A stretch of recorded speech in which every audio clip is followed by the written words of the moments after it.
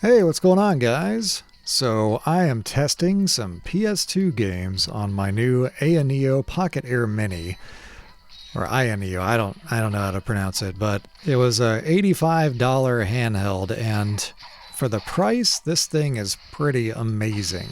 I'm not going to do a review here. I'm just testing games, but let me know if you might be interested in that sort of thing, and I might put something together. But yeah, this is Ratchet and Clank, the original. And it runs pretty well for the most part, like considering, I've got it at 1.5 times native resolution, so it is higher than native, with a mild underclock setting in NetherS X2. And it is not 60 FPS, that's for sure, but it is playable. And with that mild underclock, you are able to make the music not like stutter and slow down and all that, which is nice. But these situations here, which you can see, a lot of enemies on screen, a lot of stuff in the background, it definitely slows down a lot. So I would say it's playable, but annoying. It depends on your tolerance. Again, this is an $85 handheld. It's like I can tolerate certain things. Anyway, here's No One Lives Forever. This one ran a lot better. It is pretty much fully playable. I don't know what it's supposed to run like on the original console. I'm not sure if it's locked to 60 and goes down to 30 or whatever here and there, but that's kind of what I was seeing here as it was going from 60 to 30 a bunch, but fully playable, no stuttering or anything like that. I would totally play through this whole game like this.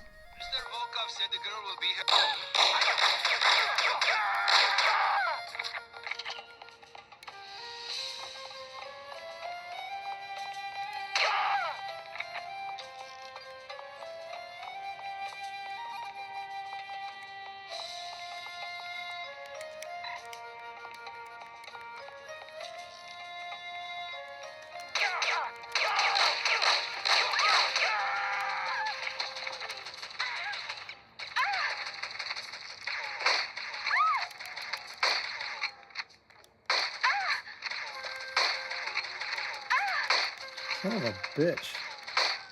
There we go.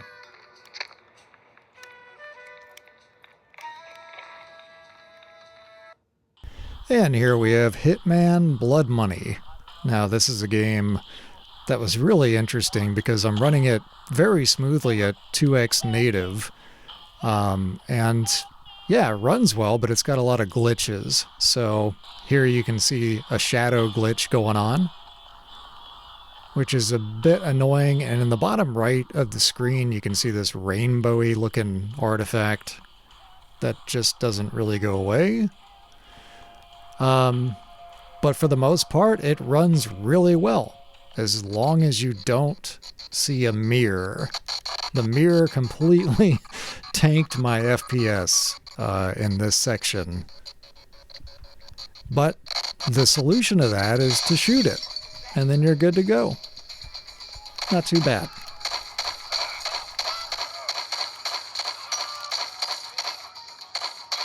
Alright, and here we have Sly Cooper, the first game, and it is sadly not playable at all. It is a complete, total slideshow, and all the characters, when they're talking, sound like they're drunk. So if that's your thing, I mean, go for it, but me personally, I would not recommend playing this game on this handheld.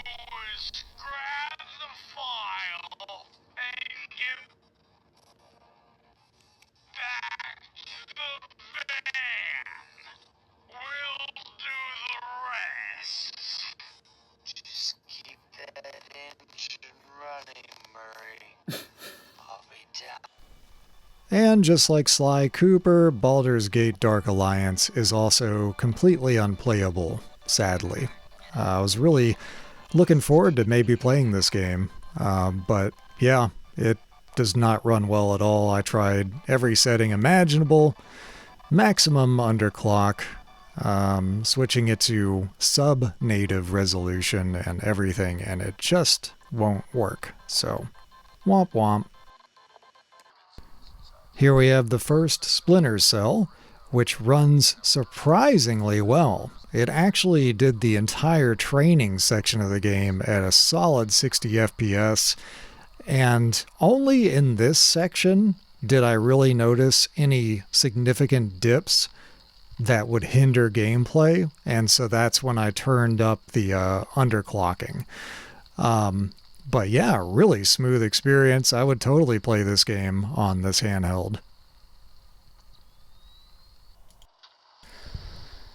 Now here's one of the big ones, Shadow of the Colossus. Notoriously difficult to run on everything, even the original hardware. It ran terribly. It's one of the worst running console games ever. But it's also a masterpiece, and it doesn't really matter. On this handheld, I managed to get it to run somewhat playably. I don't know. It really depends on what you're able to tolerate. I mean, a lot of people wouldn't be able to tolerate the original game these days because it's often sub 20 FPS. So, I don't know. You can judge based on this footage whether or not it's worth playing. I personally probably wouldn't want to play it on this handheld, but I did manage to take down this boss. So, there's that.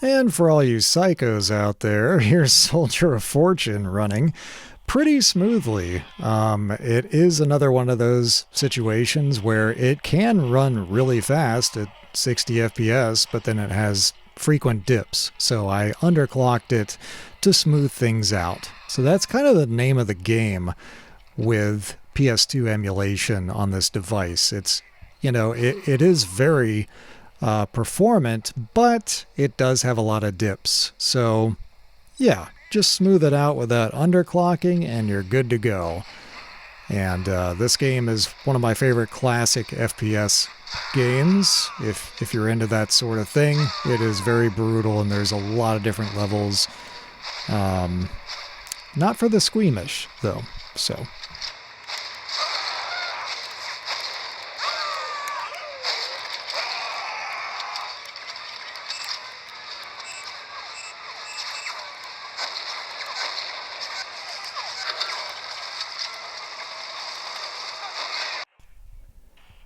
Now this one is total overdose. I didn't think this would have any problem, and it definitely doesn't. It runs great. Pretty much buttery smooth. I didn't have any real issues at all. So that's fun. Kind of a Max Payne meets Tony Hawk sort of deal. I never really finished this game. I played just a little bit of it, but it seemed really cool. I might actually get into it.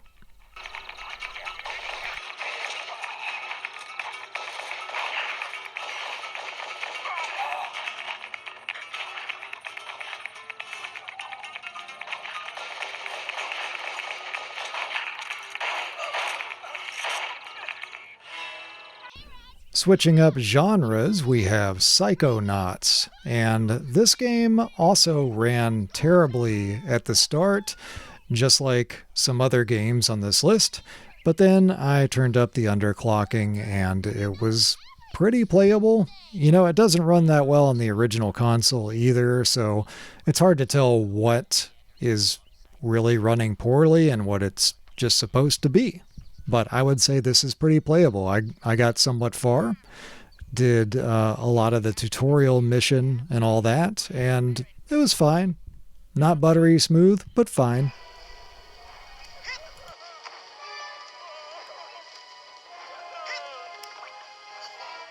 You'll have plenty of time to stand around when you're dead.